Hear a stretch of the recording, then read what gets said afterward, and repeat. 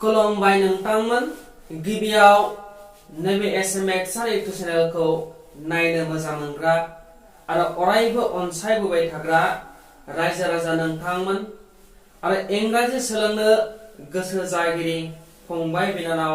यां जेनेरेशन फरायफुबाय थानाय फरायसुला फरायसुलि नोंथांमोननो थाखाय भिडिअ लाबोया एक्चुअली 1 वीकसो जाबायमोन मानोना आं माखासे पार्सनेल जानाखि बेस्ट बै बेस्टनि थाखाय भिडिअखौ नोंथांमोननो लाबोना होफैनो हायाखैमोन दिनै जों नैबे भिडिअनि गेजेरजों माखासे जानाखि टेन्सफोरनि ब्रान्चेसफोर दंमोन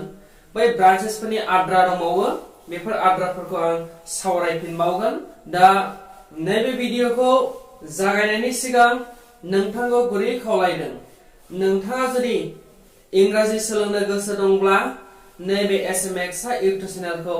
दासिमबो साबस्क्राइब खालामाखैबा साबस्क्राइब खालामनानै ला लोगोसे साखाथियाव थानाय बेल आइकनखौ अल बाटनआव प्रेस खालामनानै दोन जाहाथे नैबे एसएमएक्स इउटुब चेनेलनि गेजेरजों माखासे गोदान भिडिअ आपडेट होनाया नोंथांनि मबाइलनि फारसे सौहैनो हानाय बायदि दिनै नैबे एसएमएक्स इउटुब चेनेला नोंथांनो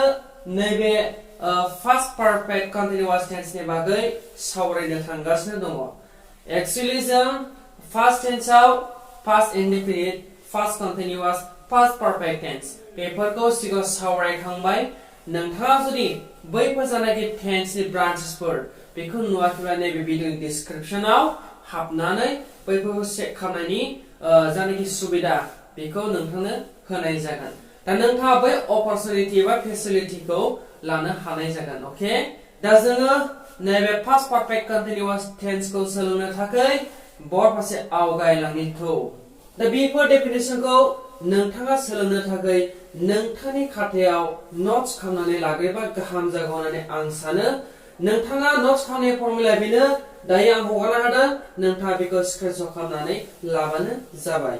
दा फै जों नैबे डेफिनेसनखौ सावरायनानै नैबे एग्जाम्पल आरो पेटार्ननि फारसे दावख्लायगोन बेनिफ्राय बेफोरखौ गोरलै राहायै नोंथांनो फोरमायना होनाय जागोन ओके थ' बिदिब्ला जों बेखौ फरायग्रोनोसै NB belongs to the notebook okay past perfect continuous टेन्सनि बेलायाव मेन साबजेक्टनि उनाव बी वर्बनि past perfect continuous forms had been auxiliary वर्बखौ फज'नानै मेन वर्बनि उनाव फार्स्ट कन्टिन्युअस टेन्स बादिनो verb 1 लानानै ing दाजाबनो नांगौ दा बेवहाय बेफोर डेफिनेसनखौ नोंथांनो बुजायनो थाखाय दा गिबियाव जों मा पेटार्न होगोनाय जाबाय दा बे पेटार्नखौ नोंथाङा नायग्रोना लानाया मस्ट मानोना बे पेटार्ननि गेजेरजोंसो जों मा फार्स्ट परफेक्ट कन्टिन्युअस टेन्सखौ लिरनो हानायनि सुबिदाखौ मोननो हागोन ओके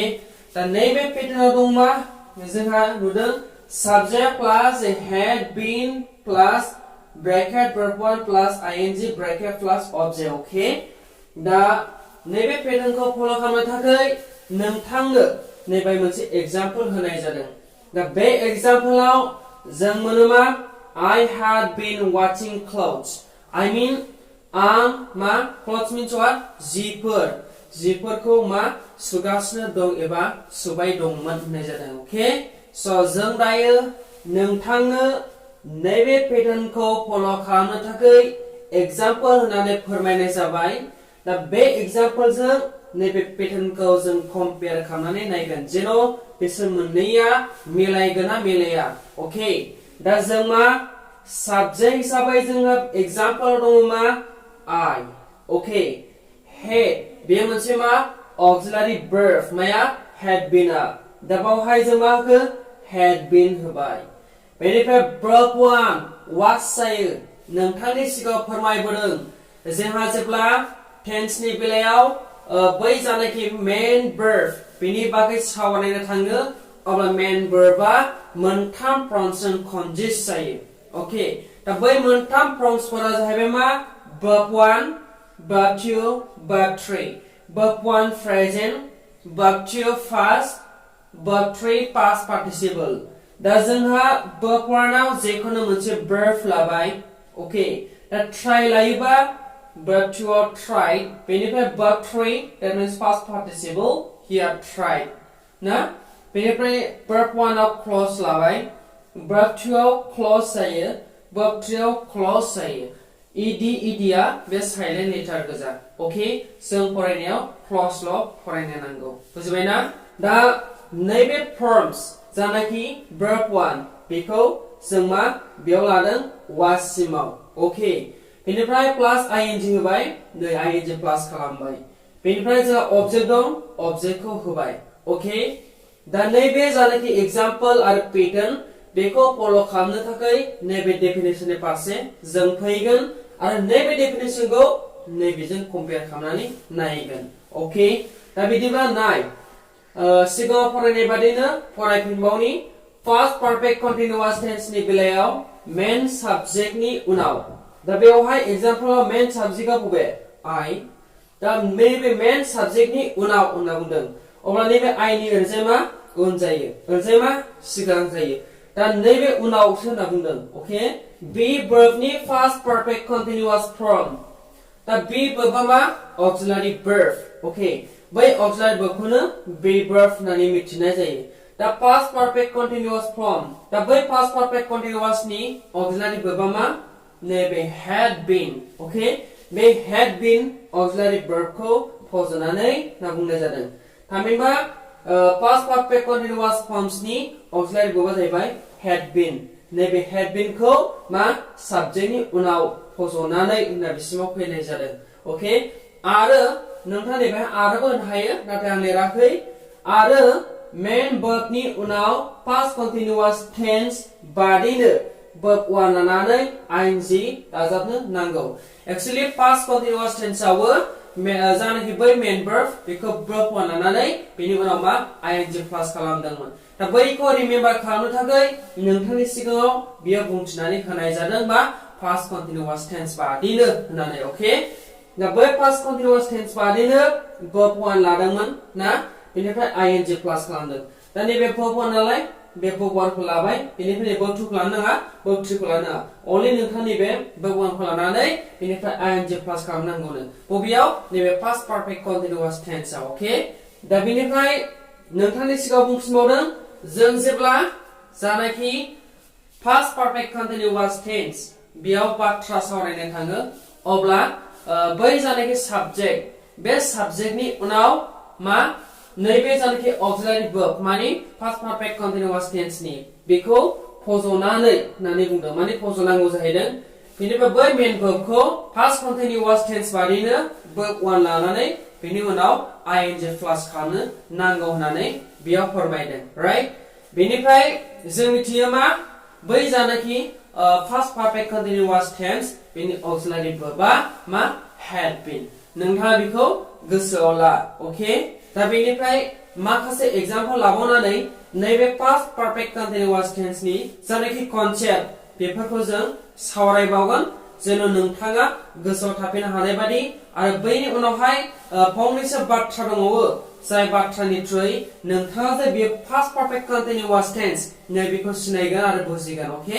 नोंथाङा बैखौ नायहैयाब्ला बेफोरखौ नोंथाङा मा जेबो बुजिनाय नङा आरो नोंथाङा बियोदि पास्ट परफेक्ट कन्टिन्युअस टेन्स लै बेबायदि बुंनो हानायनि गोहोआ थानाय नङा जेन नोंथाङा बुजियाखै स बेनि थाखायनो नोंथांखौ बुजिहोनो थाखाय जों एग्जांपल लाबावगोन बेनिफ्राय जों मा सावरायबावगोन थ बिदिब्ला बेफोरखौ खोमानानै आं दायो गोदानै माखासे एग्जांपल लिरगोन नोंथाङा नायलांबाय था ओके नोंथांमोननि थाखाय आङो बेयाव मोननैसो एग्जांपल होबावबाय दा नैबे मोननैसो एग्जांपलाव जेन नोंथांनि माइन्ड कनसेप्टआ नुनाय लोगो लोगो आरो फोरोंनाय मोननानै बांसिन बुजिसिनो हानाय बायदि बे एग्जांपलफोरखौ होनाय जाबाय दा बे एग्जांपलाव दङ जोंहा मा they had been opening the door we had been closing windows दा नै बाहाय मोननैसो सोदोब लिरबावदों गोजौनि एग्जांपलाव नायोब्ला जों मोनो मा they माने बिसोरो had been opening the door I mean बिसोरो मा दरजाखौ खेवगासिनो दङमोन एबा खेवबाय दङमोननो दा नै बाहाय जोंना नैबे जानाखि दे बियो साबजेक्टआव गोलैदों I mean जेब्ला नोंथाङा पास्ट परफेक्ट कन्टिन्युअस टेन्स आव बाथ्रा सावरायनो थाङो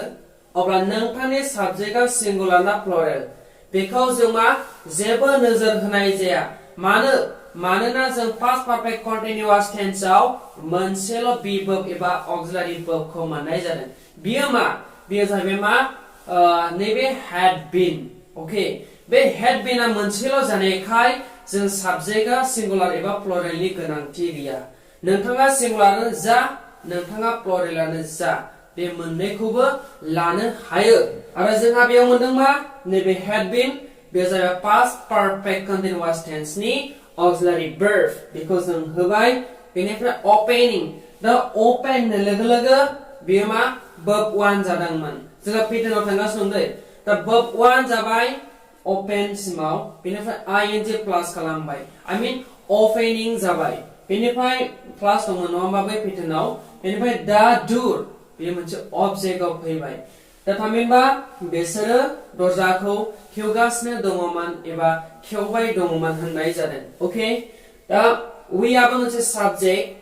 बियो जों होननाय जायो बर'नि हैड बीन बा बियो मोनसे ऑक्सिलियारी वर्ब माने पास्ट पारफेक्ट कन्टिन्युअस टेन्स नि ओके बेनिफ्राय क्लोजिंग विंडोज ना बेनिफ्राय क्लोज माने मा पांनाय एक्चुअली निफ्राय CLOSE जायोमोन ओके बे क्लोज जायोमन वर्ब 1 आव बेनिफ्राय ing प्लास खालामबा e आ गोमोरगोन बेनि जायगायाव ing प्लास जागोन आई मीन क्लोजिंग जागोन ओके बेनिफ्राय विंडोज माने मा खोरखिफोर राइट थामहिनबा जों खोरखिफोरखौ फांगासिनो दङमोन एबा फांबाय दङमोन होननाय जादों दा नैबे जानाखि बर'नि डेफिनेसन लिरदों बेयाव नोंथाङा गोरलै राहायै बेयो जे पास्ट पारफेक्ट कन्टिन्युअस टेन्स नै बेखौ बुजिनो हानाय जागोन ओके दा फै जों मिथिनो लानि थामहिनबा पास्ट पारफेक्ट कन्टिन्युअस टेन्स नि बेलायाव बाथ्रा सावरायनो थाङोब्ला बर' रावनि जोबथि प्रनाउन्सिएशनआ बाय दङमोन एबा गासिनो दङमोन सोमजियो ना जेरै नोंथाङा बुंनो हायो जे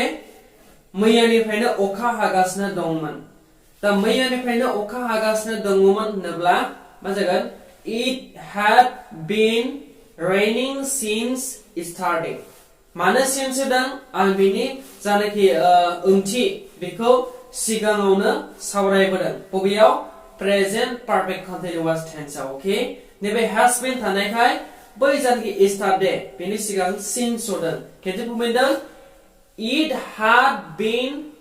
raining since yesterday I mean मैयानिफ्रायनो अखा हागासिनो दंमोन दा दङमोन होननाय सोदोबा फैदों नालाय बेनिखायनो नैबे had been खौ बाहायनो हायो ओके बेसिकली जों बुंनो हाबावो नोंथाङा आंखौ मैया लोगो हमनो फैदोंमोन ओके हमनानै लाथ' दा नोंथां फैनाय समाव आं ओंखाम जागासिनो दंमोनलायनो सापज आङो सोरनोबा जुदि खोन्थायोब्ला मैया उमुगा फैयोब्ला आं ओरैबायदि खालामगासिनो दंमोन ना जेरै आं ओंखाम जागासिनो दंमोनलै बेबायदि नोंथाङा बुंगोन ना बुङा दा बै दङमोनलै गासिनो दङमोनलै बाय दङमोनलै बेफोरबायदि लास्टआव सोदोब मोनोब्ला नोंथाङा बुंनो हागोन अ बे मोनसे मा पास्ट पारफेक्ट कन्टिन्युअस टेन्स स' बेनिखायनो जों बुंनो हायो had been खौ लानानै नोंथाङा बेखौ बाथ्रा खालामनानै नैबे सेन्टेन्सखौ दानो हागोन जेब्ला नोंथाङा बाय दङ एबा गासिनो दङ सोदोब लास्टआव मोनो ओके नोंथाङा बुजिदोंना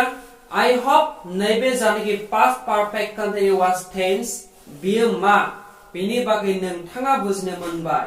दा नोंथाङा जुदि बुजियाखैब्ला जे बेखौ माबोरै खालामनाय जादोंमोन माखौ बुजियाखै नैबेफोरखौ कुइसन एराइज खालामनो थाखाय नैबे कमेन्टनि गेजेरजों नोंथाङा आंनाव सोंहरनो हागोन ओके दा नोंथांनि थाखाय नेक्स्ट भिडिअ लाबोगासिनो दङ फिउचार टेन्सनि बागै